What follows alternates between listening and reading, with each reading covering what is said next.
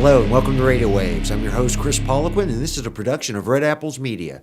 We're broadcasting out of WLBE My 790 AM out of Leesburg, Florida. And if you're watching us on television, you're watching us on Lake Sumter TV, Comcast Channel 13, Bright House 498, and CenturyLink Channel 83. Today I invited a very special guest. Founder and president of Red Apples Media, Mr. Marc Robertz-Schwartz. And we're going to discuss hometown health, its history, and a little bit about Red Apples Media itself. Marc, thanks for coming to the show. Yeah. All right, so talk to me a little bit about hometown health. That seems to be the flagship product for many years.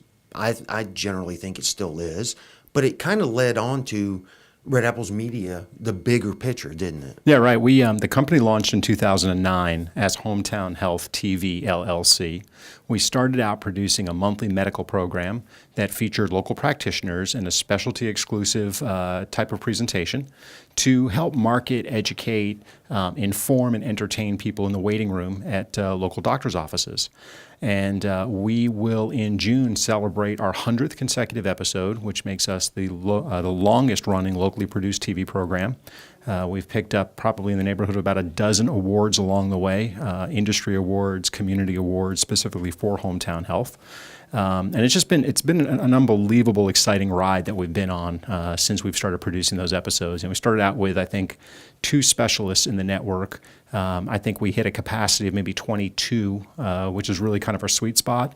And right now we're sitting around 19. So it's it's been a really interesting way to create compelling video content and distribute it across multiple platforms. Okay, now we're having there's the we. But there's going to be a big celebration, right, for the 100th episode. And the first specialist to sign on with Lake ENT, if I'm not mistaken, is going to be throwing the ball in, correct? Yeah, so on June 23rd, it's going to be Hometown Health Night at the Leesburg Lightning game. That's a Friday, 7 o'clock game. And what we've done is we've invited Dr. Dino Madonna from Lake ENT to represent the Hometown Health Network in throwing out the first pitch. Dr. Madonna was the first one to sign on with Hometown Health. He saw the vision that I was kind of laying out there.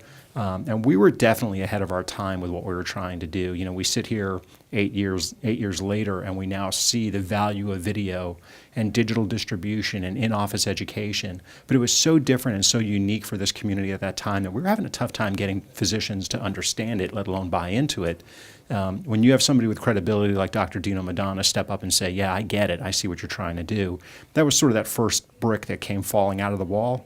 And then, physicians started to line up after that. So we, they are still with us 100 episodes later, and we wanted to have them represent, but at the same time, us recognize them for that initial leap of faith that they took. So, yeah, June 23rd at the Leesburg Lightning game, Hometown Health Night. Awesome. Now, do you find it still a challenge to, I don't know, almost convince people the importance of incorporating video into their marketing strategies? I think people have a better understanding now than they did 5 years ago, 9 years ago about the value of video. We use an expression, produce once, put everywhere. And Hometown Health initially started as basically a DVD that would run in a 1-hour loop in the doctor's offices. Since then, we've increased our distribution so that we now run on Lake Sumter TV something like 50 times a month. We are on Facebook, on our Facebook page, on the Hometown Health website, on our YouTube channel. So you can access this content now on so many different platforms, whether you're sitting at home flipping through the channels, or whether you're on a mobile device, or whether you're sitting in the doctor's office. So all that's kind of grown since we initially launched. And I think anybody who doesn't understand the value of video at this point is probably in denial because it's so pervasive. And I think that most people understand the value of video, but they may be looking smaller scale, right? You've got Snapchat, you've got Facebook, and there's a lot of different avenues. And generally, from my experience, I see a lot of people in different restaurants going, "Oh, do a Snapchat, put it on our Facebook," and that's their primary form of marketing. And there's no doubt that it's effective. It works. It reaches people, but there is a broader world out there. There is. I think, especially when you're talking about physicians and hometown health, I think the biggest challenge is those that want to do it themselves. Obviously anybody who's got a cell phone these days, you can shoot your own video. If you have a halfway decent software program, you can edit your own video. My challenge back, especially when you're talking about something like a medical professional, is the quality of what's being done. The analogy I usually use when I'm talking to a physician is the difference between me going to see a physician versus going on WebMD and curing myself. Right. I can do it, and I might actually even be able to put myself in the ballpark of what's ailing me. But is it truly going to be as good as this medical professional discussing with me what are my symptoms, treating me for those symptoms, doing follow-up with me, playing an active role in my medical care? And that's what we do with Hometown Health and our medical providers. We play that active role. We bring that expertise and professionalism. Yeah, you have to pay for it, but I think when you are trying to communicate to an audience, whether it's current patients, future patients, when you're trying to convey a certain level of professionalism, you want to make sure that all of your marketing, including video, conveys that level of professionalism. And one of the things that we tell people, those medical practitioners, is they're very often thinking of their primary patient as their audience. So, we are in a disproportionately senior community. So a lot of times we'll hear, well, they're not on websites, they're not on Facebook, they're not watching YouTube videos, which, Right. number one, I disagree with wholeheartedly, and we've got the research to support that. But what they're missing is that secondary audience. So that's the adult child who's living in New Jersey, and mom says, yeah, I went to go see the podiatrist today, and they said they want to, do some surgery to remove my bunion. Well, first thing I'm doing is I'm going online and I'm researching that podiatrist. Right. And if I can see video that shows me they know what they're doing, they're well-spoken, they're articulated, we've got testimonials from previous patients who've had that same procedure done, now I'm giving that ring of endorsement to mom or dad, whoever, from a distance saying, yeah, I did some research and I think you made a good call on this one. Describe for the audience what we're talking about. And you touch base on it a little bit there. It's not just testimonials. There's a lot of education. Right. So I come from at the time that I launched it, I've been in the television business for about 25 years, working for TV stations up and down the East Coast. And I think the main thing I've learned along the way is the importance of storytelling and communication of information. So we set out for Hometown Health to be educational, informational, and entertaining. At the time, the average wait period in the waiting room of a physician's office was 22 minutes, and that was according to the American Medical Association. And I love quoting that number when we're talking to physicians, because I get two responses. I'm looking at your face and going, yeah, there's no way it's only 22 minutes. 22 minutes. And then I've got other physicians say, if somebody's sitting there 22 minutes, people in my office are getting fired. That's unacceptable to me. So the response to that number is pretty interesting. But we looked at that and we said, okay, based on the AMA, we've got about 20 minutes to have an impact on the people who are watching this video. We want to educate, we want to inform, and we want to entertain them. And it came from a personal experience where it was a weekend and I was working, and my wife did something to her baby toe or something like that and had to go to urgent care. And our daughter, who was probably about 7 at the time, got dragged along, and they're sitting in the urgent care and the TV is on. It's one of these Lifetime, cable channel women in peril movies, and finally, my wife got up and said, hey, can we turn this off? Because I got a kid sitting here. And she's like sitting there gawking at the TV. And that was part of what inspired the idea of, can we better facilitate that wait time? Specific to your question, our goal is to educate and inform. So we're hitting on current topics, whether it's new research studies, whether it's new trends. And then we're using our specialists who are exclusive to their area of specialty to kind of bring a local perspective to whatever that might be. Right. And local's key. Yeah. You focus primarily in Lake and Sumter counties, correct? Correct. And there are some national models out there. We, to the best of my knowledge, we are the only ones, and we have really kind of fine-tuned that hyper-local approach. The national model tends to be generic content that, I may or may not be able to act on. If I'm sitting there, let's say I'm let's say I'm back in the podiatrist's office and I see a story about cholesterol from the cardiologist who's featured in our network, and I'm thinking to myself, it's been a while since I've had my cholesterol checked. I can act on that, and I can contact that local office because now I've seen this physician, and I appreciate how, in our particular case, it's a female, how she articulates herself to her patients, and I can act on that information. If it's generic national content, it's just an interesting gee whiz, but I can't do anything with that information at that point. Right. And, you're seeing the local people. Exactly. You very well could walk into that podiatry office and go, I saw you. Yeah. And it's that, I think it helps bring maybe a sense of community. It's a sense of community, and it also it breaks down the white coat wall that people in the industry are familiar with. You see a physician in their white coat, and some of them still wear them and some don't, but it's more of a phrase than anything else. Sure. But it humanizes the physicians. It gives you something to talk about. One of the early stories was one of our physicians was talking about how he coaches his son's Little League team. And a patient came in and said, I saw when I was sitting out there, I didn't realize you coached in the same league that my kid plays in. And they got into this whole conversation about Little League long before they ever started talking about whatever the reason was that he went to go see the doctor to begin with. So It creates a point of conversation.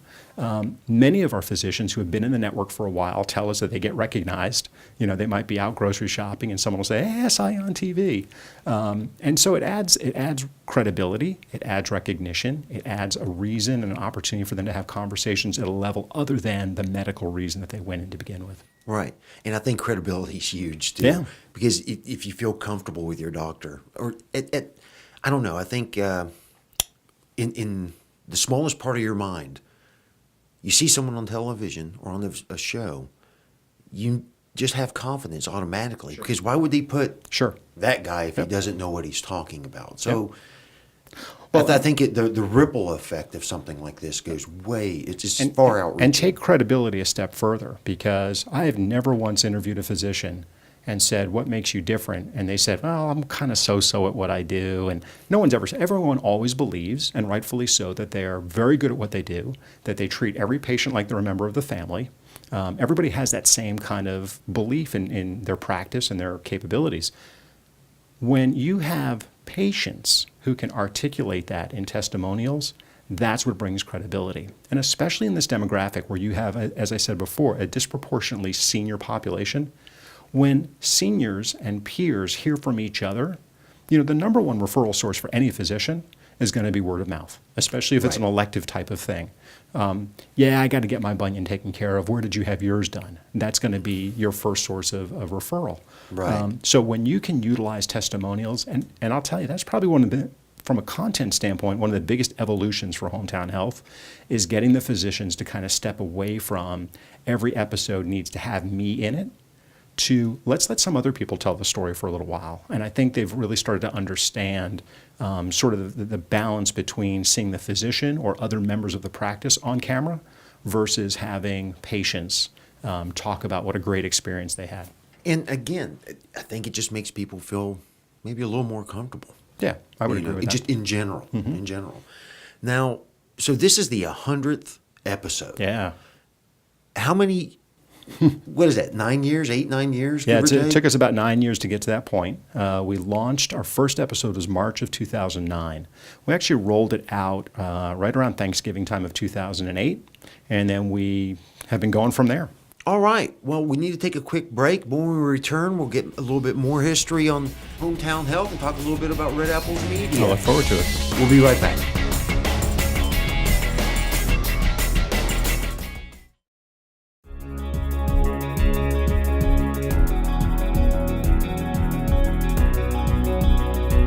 Hi, and welcome back to Radio Waves. I'm your host, Kris Poliquin, and this is a production of Red Apple's Media. And at the table right now, I have the founder and president of Red Apple's Media, Marc Robertz-Schwartz. Marc, thanks again for being on the show. Those are rockin' tunes you've got playing in the background. Isn't it, though? I like that. I know a guy. Do you? Yeah, a gal, more specifically.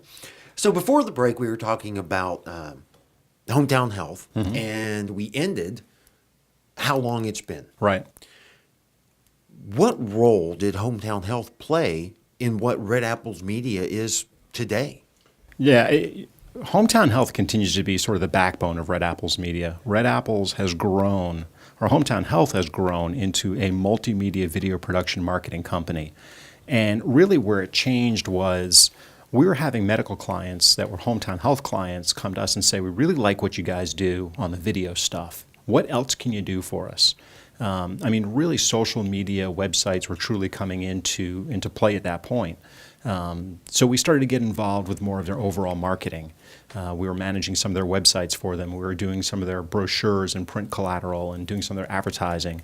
All of this stuff was stuff that I knew that me and my team were capable of doing. But one of the things we recommend to our clients is to stay very focused on what your message is when you launch. So Hometown Health was our focused message when we launched, and then we let the marketplace sort of help us grow from there. We took on management of Lake Sumter Television, which I know you talk about.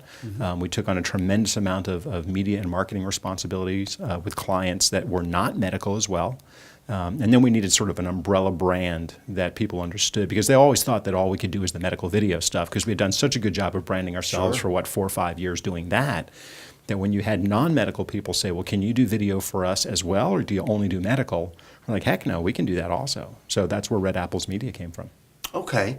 So you were just Hometown Health for the first 4 or 5 years then? Yeah, I'd say probably, if I recall correctly, about the first 3 years was strictly producing episodes of Hometown Health. It was me and a part-time writer-producer and a local production company that we hired, and that was it. And we've grown from me working out of the house, with the dog sleeping at my feet, to about 2,500 square feet. And I think we've got 10 or 11 people working with us right now, producing 3 monthly programs and a tremendous amount of, we do weekly content as well, and then a tremendous amount of what I would call one-time video projects, whether it's a special event going on in the community.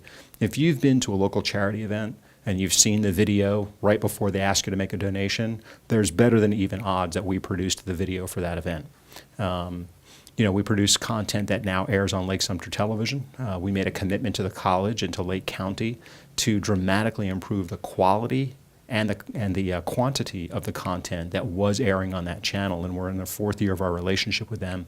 And it is the most award-winning local cable channel in the area by far, due in large parts to the quality of the content and the amazing clients that we get to tell their stories.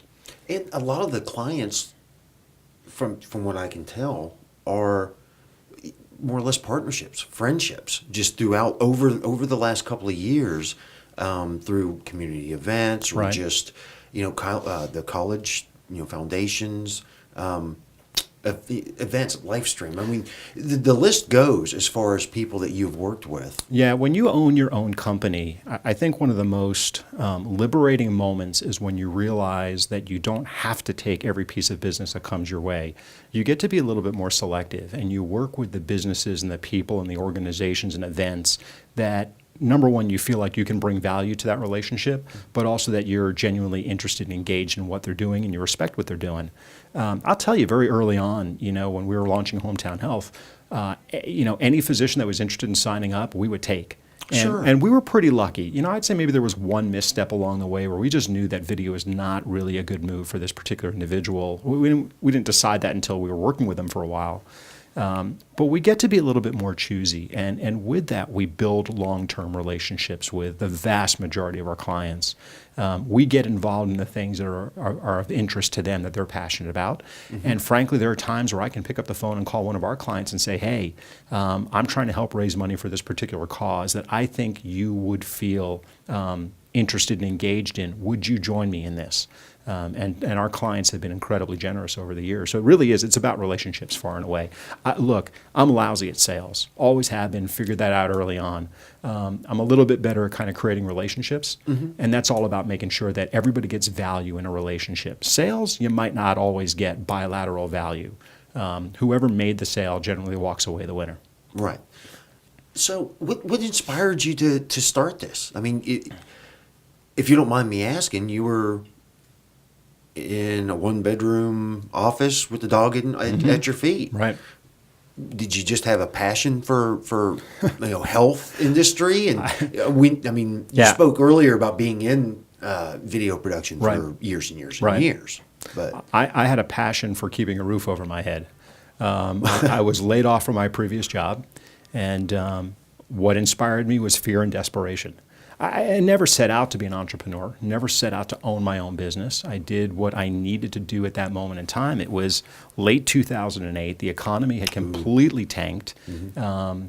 I was a 6-figure marketing executive, and nobody was picking up the phone to call and recruit and, move me and my family and buy my house and all that kind of other stuff. So I had to figure out what I was going to do pretty quickly. And at the time, the only thing that was still really growing because of the population here was the medical industry. And there was nothing that was serving their needs like we were going to. This is a very print-heavy area. You've got multiple newspapers, multiple magazines. At the time, there was no video solution, no video opportunity, and that's what inspired me to get going. And I'll tell you, probably for the first 6 months or so, I'd spend half my day trying to get Hometown Health off the ground and the other half of my day trying to find a job. And it wasn't until I made a full commitment to saying, you know what, I can't do either of those successfully. I have to decide either I'm going to get a job and relocate my family, or I'm going to dig in and make Hometown Health as successful as I possibly can. And once I made that decision, everything took off. I think the results speak for themselves, because it is, we said earlier, multi-award winning, but it is. It routinely wins awards. Yeah, and it's... And not just boasting or bragging about, but I mean, it's, again, proof is in the pudding. Yeah, I feel a certain degree of responsibility along the way. I spent 3 years, so I moved out of the home office and moved into the business incubator that's located in downtown Leesburg, or it was at the time. And I spent 3 years in the business incubator, and that was a big part of sort of the maturing process of the company. It was during that time that we won the National Incubator Business of the Year, which was kind of cool. This little boutique video production company in Leesburg, Florida, drove up to Atlanta and accepted our award. That was kind of cool. But I feel a certain obligation and responsibility to share back to other business owners, especially small business owners that are trying to get their business off the ground, because we learned a lot along the way. We made some mistakes. Fortunately, not a lot of them and not a lot of big ones, but we made some mistakes along the way that I feel like if I could share back with people and help them eliminate those, then that's going to help make them a little bit more successful, or at least kind of condense that learning curve that they might be on. Right. So now let me ask you something. Kind of changing subjects a little bit, but still.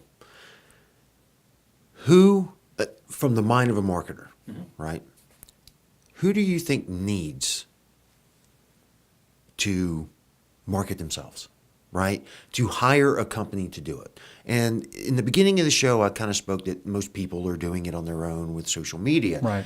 And there are some that can do. Right. If you've got a small little restaurant or something with a very concentrated area, you might be able to spread that way. But just for our listeners who might be out there with a new business or something, who do you recommend need to search out and find a firm that specializes in marketing to not try to do it themselves? Right. We are all in the business of marketing ourselves as individuals. Sure. I mean, if you're single and you're trying to attract, somebody, you're in the business of marketing yourself. Mm-hmm. If you're trying to get a job, you're marketing yourself. So we are all in the business of marketing ourselves in some form or another. I think when it comes to business, the thing that I always come back to when I'm talking to somebody is, you used a restaurant as an example. I could easily stay at home and, make my own pizza. I can go and buy the little shell and put some sauce on there and some cheese and have a pretty decent meal. Mm-hmm. Is it going to be as good as somebody who has, 3 generations of sauce in their family? They're making this awesome New York style pizza that every Friday you're going, okay, guys, I'm picking up a pizza on my way home from work. That's the difference between whether you try to do something that you're not an expert at, that you don't have the knowledge of. Can you get by? You can probably get by. And I get that it's not for everybody. Some can't afford it. And I'll tell you, I think that's the biggest problem that a lot of businesses make when they launch, is they do not figure marketing into their expenses of what it's going to take to get up and running. I believe They that. think they're going to tell their friends, they're going to post something on Facebook. Facebook has changed. Facebook does not make it easy for you to market anything unless you're paying. And even then, we get challenges with some of our clients when we try to post paid content to Facebook. It is really kind of, it's creating the rules for itself.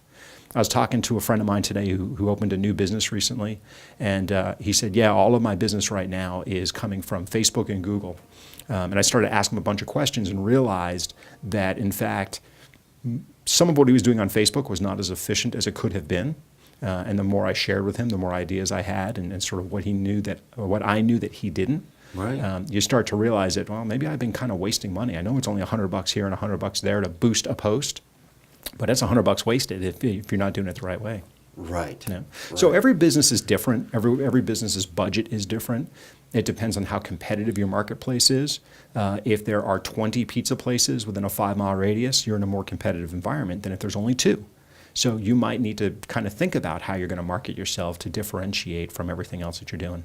Sure. And again, it's that I can do it on my own, and I've seen it. I have a lot of friends who've started small businesses throughout the years, and a lot of them have succeeded, and a lot of them just struggled. It's like, we can't get people in. Right. Well, what are you doing? Well, we held up, flyers on. Have you thought about a commercial? Right. Have you thought about an ad? Right. Print ads. Yeah. Because the print's still out there, but website, banners, things on this. There's all forms of marketing, and if you're starting a business, chances are you're not a marketing genius. And if you're marketing genius, well, I guess a marketing genius could start their own business, but there's some companies, or some marketing companies that kind of aim for the bigger ticket clients. We, as I said earlier, we kind of get to pick and choose who we work with. And you could be a small mom and pop, if you will, that maybe has a limited budget, which I like because it gives us that challenge of how far can we spread those dollars? How impactful can we be? What kind of return on investment can we deliver?